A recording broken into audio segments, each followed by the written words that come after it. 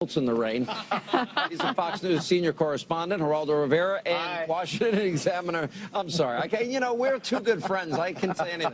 Lisa Booth is with us. Brown puddle. And the host of Justice, Judge Jeanine Pirro. All right, so a friend of mine just sent me this. Time Magazine, nearly 1 million votes, 59% Trump. CNBC, nearly 400,000 votes, 60% Trump. The Hill had it 55-39 Trump. My friend Joe Concha sent that to me. Drudge was exploding, like 90% Trump. The only people saying no are these idiots over here at CNN. CNN, right. I know. But, think about it. Van Jones, Dave Axelrod, and Paul Begala, the biggest three liberal hacks in America, for crying out loud. Sure. They make Geraldo look like me, a right-winger.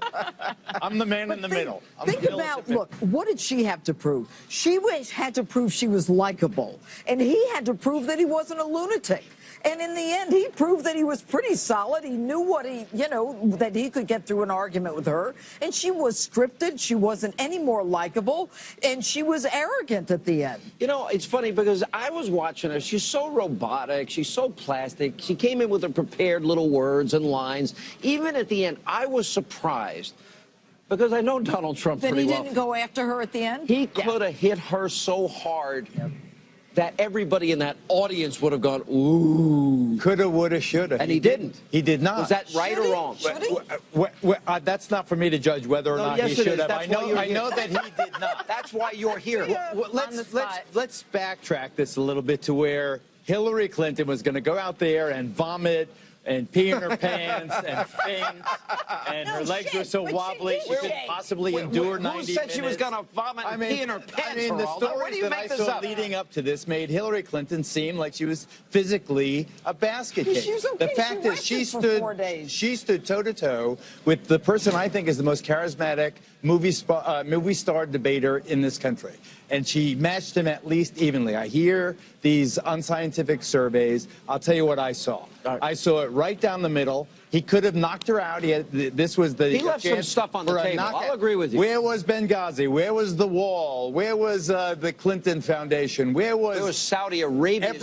Women. All of the arrows in his quiver remained in his quiver, it seemed to me, and he was on the defensive more than he was on the offense. But those questions weren't asked. She wasn't asked about her email. She wasn't asked about Benghazi. She wasn't asked about the Clinton Foundation. But Donald Trump should have directed those questions at her. But by the way, Lester Holt was doing a pretty good job as her, flanker debater in this thing, getting everything wrong that he talked about. But Sean, I think where we're seeing some of those polls reflect a win for Donald Trump. It's the same thing we saw during the Republican primary debates, as well as in the commander-in-chief forum. And I think it's because the chattering class are all the political consultants, and the people that are viewing the race don't operate in that world. And Donald Trump speaks in a plain spoken language, and Hillary Clinton speaks like a politician. She came in, she memorized her lines with perfection. That's what I mean by robotic. I feel she's scripted, robotic. Even the lines, I memorized everything you said. And I'm sitting there saying, it didn't impress me. What impressed me is when he talked about Michigan and Ohio and Pennsylvania and jobs going overseas and a record debt and deficit and her being wrong on Iran and NAFTA and everything else. I thought that was more powerful. But he spoke in a language that Americans understood. Agreed. And he said, you know what? You do have the experience. I concede you have the experience, but it's bad experience. 30 years. What did you do? America gets it. And, when she starts with, you know what? I've been working on criminal justice reform since the first day of this campaign. Well, what were you doing as Secretary of State, as United States Senator? She was what about the super Did you notice that, Geraldo? She didn't seem moved at all when Trump was going, 3,000 people shot in Chicago. 3,000. I think that law and order was one of his strong suits. I really do. Yeah. But you say that he speaks in language that America understands. America understands. Why don't you release your income tax return? America doesn't care. America doesn't care. Maybe America doesn't care. But the point that he is not releasing his taxes, the whole birther the fact that she baloney, 33,000 deleted emails. Classified. How many were I think that if you spin this into a Trump victory as the Drudge but Sean, what's the Hills, Time Magazine, CBS, and CNBC. And Sean, this is an enthusiasm. But the enthusiasm is for change in the country. You look at the CBS battleground polling.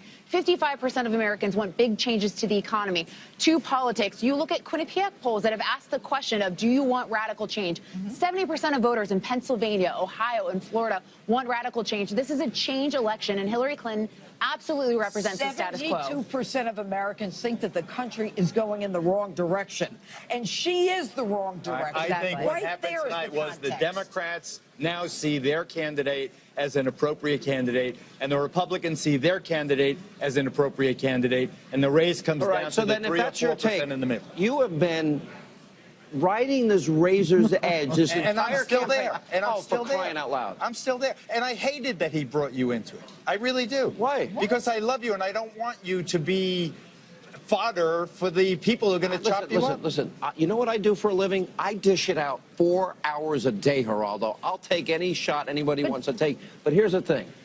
He's using you as his alibi? Come on. Well, but I will tell you that, well, it's not an alibi. He would call me. We used to have knockdown, drag-out, friendly battles over Iraq. He thinking I was wrong. And Sean, speaking of, I think the problem with Hillary Clinton, and we saw that we saw this even at the Democratic National Convention in her speech, and just when she gives her town hall speeches as well, is the fact that Hillary Clinton, she's so wired as a politician, she doesn't stand for anything. She didn't stand for anything tonight because she was so methodical about answering questions. You've been here 30 years. Yes. What have you done? Yep. What have you done? Very effective. Why are you talking about this now? You haven't fixed a thing. Exactly. Right. Well, and that's the problem. That goes back to the changes that Americans want, whether you look at the CBS poll or the Quinnipiac poll in the back of He was on defensive. You're a fighter. You do the mixed martial arts. Right. You know the difference between a guy who's coming and a guy who's doing this. There were he a was couple of way times. too much. He's a great counterpuncher. I would agree with that. He was on the defensive 3/4 of the time. No. Mitt Romney won the first debate, and then he fizzled the next two. Well,